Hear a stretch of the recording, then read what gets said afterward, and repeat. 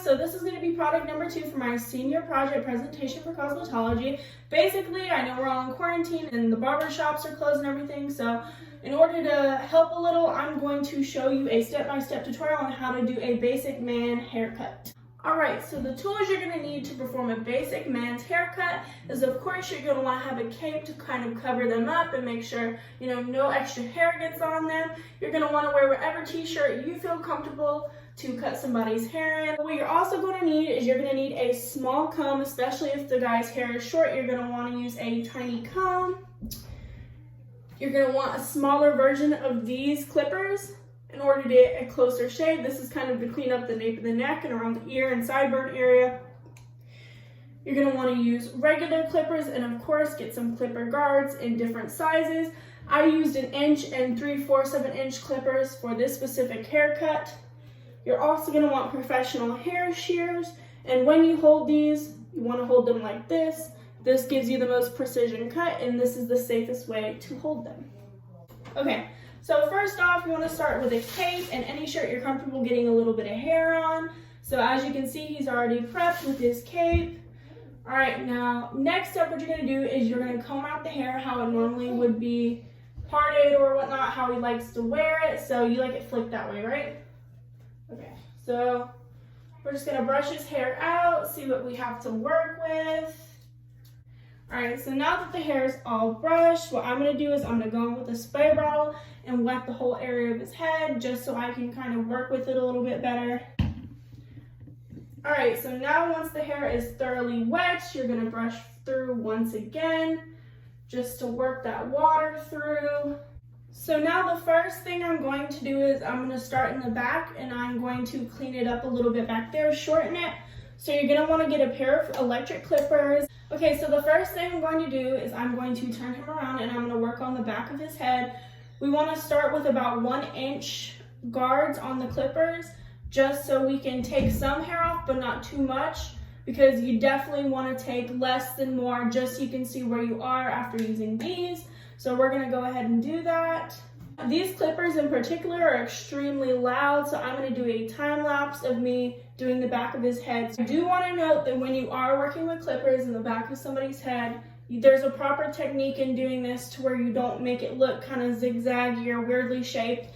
So basically, when you take the clippers and you're going against somebody's head, you want to start from the nape of their neck and scoop up and outward towards yourself. Not like crazy, but you want to make a little flicking motion with your wrist just so you don't take any off the top and make any weird lines. Also, when you're cutting men's hair or shaving it, you want to start from the bottom and work to the middle and the top in separate sections just so you can see where you're at and what you're working with.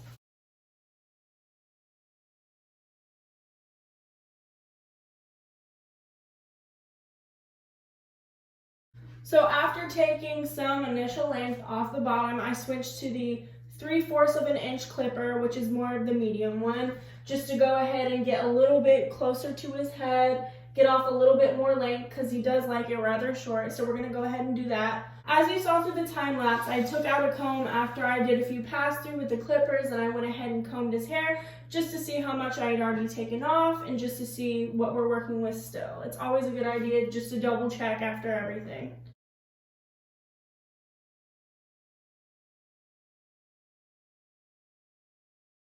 Alright, so now I am done trimming the back of his head. As you can see, it's a lot shorter, it's a lot more cleaned up. Now we're going to move to the front part, which is the actual haircut. So for this, you're going to need hair shears, and the proper way to hold these is like this. This is how you get the most control in a haircut. Alright, so his hair is already damp, so I'm just going to go ahead back through with the comb it all out the way he normally parts it. And really what we're just going to do is we're going to trim a little bit off the top just to make it look a little more neater and shorter. So when you clip somebody's hair, as I explained, there's a specific way you want to hold these shears to give you the most accurate cut. So basically what I'm going to do is, I like working from the back. You can do either one. Either preference is fine. But basically what I'm going to do is I'm going to comb up the lengths of his hair, and I'm just going to do a little trim following already the hairline and the pattern that he has, just to clean it up a little bit and shorten it up a little bit more.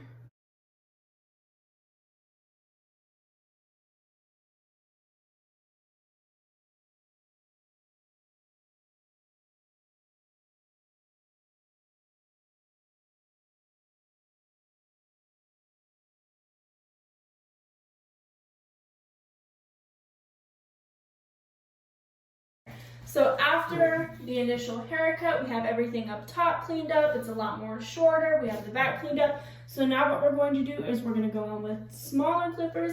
We're going to clean up around his sideburn area and around the back of his neck. So around the nape area and around the ears and the sideburns. With these really tiny little detail clippers, you have to be very careful because wherever you touch, the hair will be gone. So I'm going in with a very light hand. If there are certain parts I need to trim down a little bit more like a sideburns, I may go in with a comb if I feel necessary.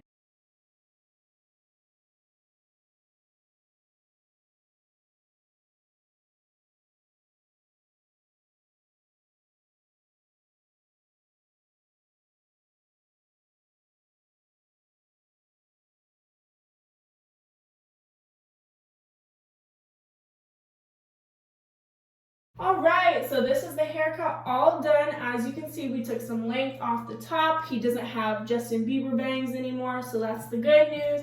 So we definitely took some length off top, cleaned it up a little bit around his sideburn area.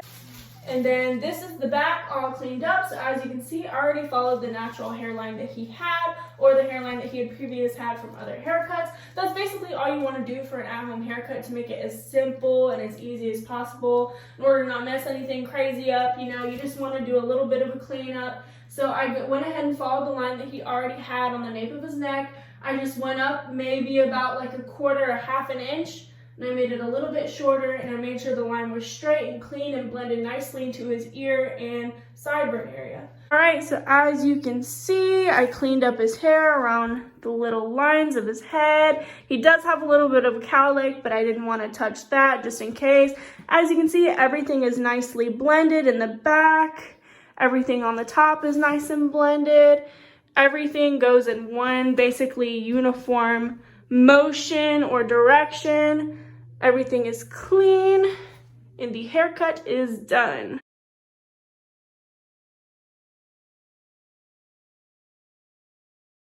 As you all know, we're stuck in the houses and everything's just not the best right now.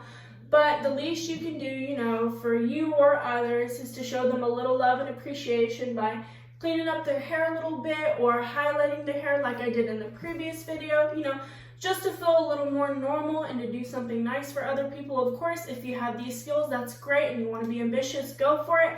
If not, that's fine, but I did make these tutorials just in case you want to do that while you're in quarantine because all the hair stores are closed right now, and I feel like it's something good to do. Self-care is very important, and hair and makeup and just all of that combined. Overall, cosmetics are very important to people, whether or not they're stuck in the house. I do want to say that I have learned a lot of stuff from doing, you know, my aunt's hair, highlighting that, to doing my dad's hair. I did already have the skill sets necessary to perform the task of highlighting my aunt's hair and cutting my dad's hair. I'm of course not a professional, but I've been doing this for quite a few years. Whether or not you have the same skill set or background knowledge, I wanted to make these tutorials as my product to show you there are still things you can do in quarantine for you or other people that could still help and make you feel a little more normal. Cosmetics is a huge industry. It plays an important role in everybody's lives. Times are hard right now, and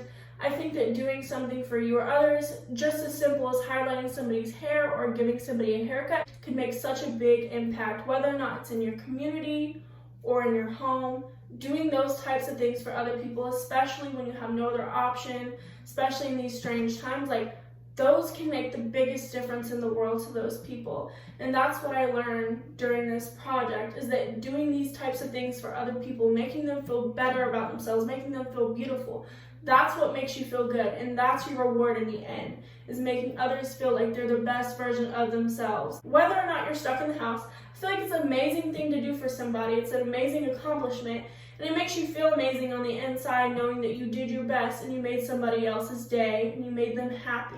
With that being said, let's get back to the rest of my project. I really enjoyed doing these products and, you know, the whole creation process throughout them.